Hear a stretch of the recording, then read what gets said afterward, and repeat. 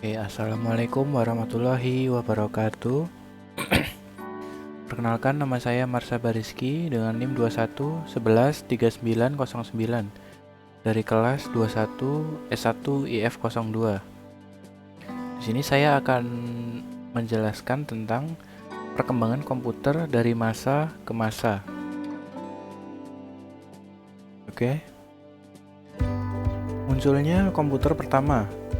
Komputer pertama kali ditemukan pada tahun 1822 oleh seorang ahli matematika asal Inggris, yaitu Charles Babbage. Mulanya, Babbage bermaksud untuk menciptakan sebuah mesin hitung bertenaga uap yang dapat menghitung tabel angka. Mesin tersebut kemudian ia beri nama Difference Engine Zero dan digadang-gadang sebagai komputer pertama di dunia. Bentuk Difference Engine Zero sendiri sangat jauh berbeda dari kebanyakan model komputer modern saat ini. Meski demikian, prinsip kerja yang dimiliki mesin tersebut sama seperti komputer modern, yakni mampu melakukan perhitungan angka alias komputasi. Hingga pada tahun 1890, seorang penemu bernama Herman Hollerith merancang sebuah sistem kartu yang mampu menghitung hasil sensus AS yang dilakukan pada 1880. Nah, kemudian cikal bakal komputer digital. Cikal bakal komputer digital pertama kali dikembangkan pada tahun 1930 oleh Alan Turing. Ia merupakan peneliti matematika yang berhasil mengembangkan sebuah mesin yang dapat menjalankan sekumpulan perintah yang kemudian diberi nama mesin Turing atau Turing Machine. Setelah itu, pada tahun 1943, John Mauchly berhasil menciptakan komputer digital yang bernama ENIAC atau kepanjangannya Electronic Numerical Integrator and Calculator. ENIAC sendiri dibekali dengan kemampuan analisa yang dapat menyelesaikan ribuan masalah dalam hitungan detik. ENIAC memiliki berat hingga 30 ton dan membutuhkan ruang seluas 457 meter persegi untuk menempatkan komputer tersebut. Hal ini disebabkan oleh banyaknya komponen pendukung yang dimiliki ENIAC seperti 40 lemari kabinet, 6.000 saklar, serta 18.000 tabung hampa. Setelah lahir komputer digital, lahirlah bahasa pemrograman. Pada tahun 1954, bahasa pemrograman dicetuskan untuk pertama kalinya oleh ilmuwan komputer wanita bernama Grace Hopper. Bahasa pemrograman bernama COBOL ini hadir untuk membantu pengguna komputer dalam menyampaikan perintah dalam bahasa Inggris.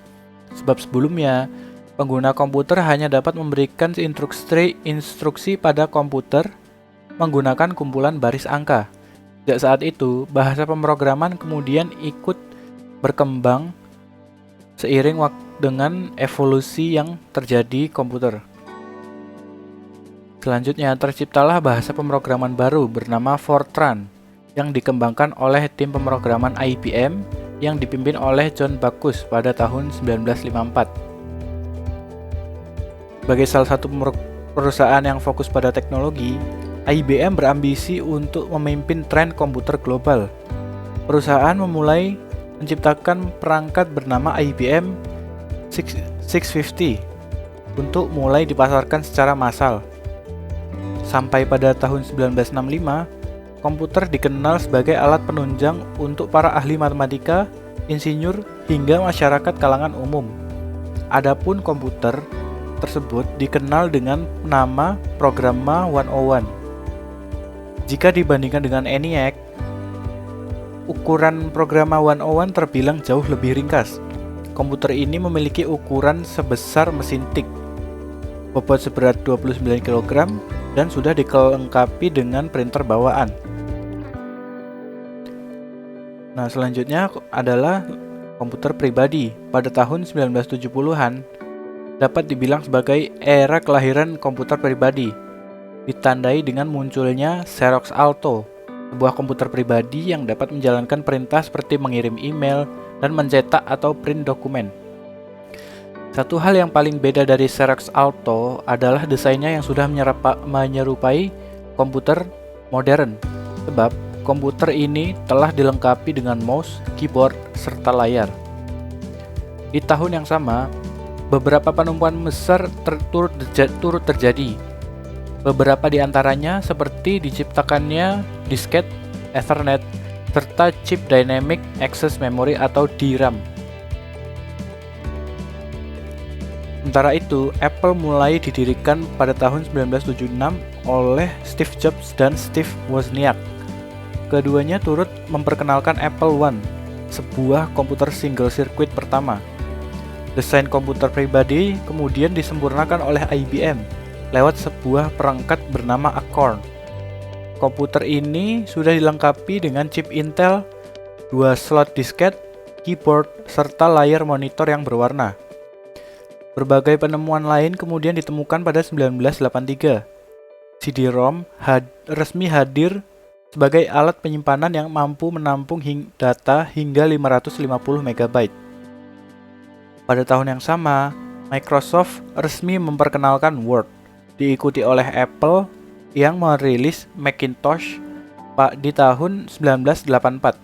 Macintosh dikenal sebagai komputer pertama yang dapat dikendalikan menggunakan mouse serta dilengkapi dengan antarmuka pengguna grafis.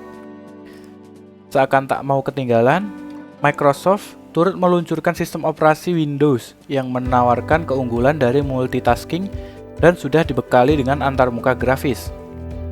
Apple kemudian menelurkan sebuah inovasi baru bernama PowerBook, sebuah seri laptop portable yang dapat dibawa kemana saja. Kemudian lanjut di komputer era 2000-an. Memasuki abad ke-21, laju perkembangan perangkat komputer semakin pesat seiring dengan perkembangan teknologi. Penggunaan disket dan CD-ROM mulai tersisihkan oleh media penyimpanan portable yang lebih canggih, yakni USB drive. Sementara itu, Apple semakin gencar menelurkan inovasi terbaru lewat sistem operasi bernama Mac OS X. Microsoft pun sebagai kompetitor juga meluncurkan sistem operasi lain yang lebih modern, yaitu Windows XP. Hingga pada tahun 2006, tren penggunaan laptop semakin menjamur di masyarakat. Hal ini turut didorong oleh hadirnya perangkat laptop MacBook Pro yang diperkenalkan oleh Steve Jobs. Perkembangan MacBook kembali dilanjutkan oleh generasi terbaru MacBook Air pada tahun 2007. Nah, setelah komputer semakin canggih, muncullah Internet of Things atau IoT. Di tahun 2011, ditandai sebagai tahun lahirnya berbagai penemuan Internet of Things atau IoT. Nest Learning Thermostat yang hadir pada tahun ini kemudian dikenal sebagai perangkat IoT pertama di dunia. Selanjutnya, berbagai produk IoT lainnya semakin menjamur di pasaran. Sebut saja seperti Apple Watch yang hadir pada tahun 2015. Untuk pertama kalinya, Apple turut mengumumkan iPad OS, sebuah sistem operasi yang dikhususkan untuk iPad atau tablet. Sekian presentasi dari saya. Ada kurangnya mohon maaf. Wassalamualaikum warahmatullahi wabarakatuh.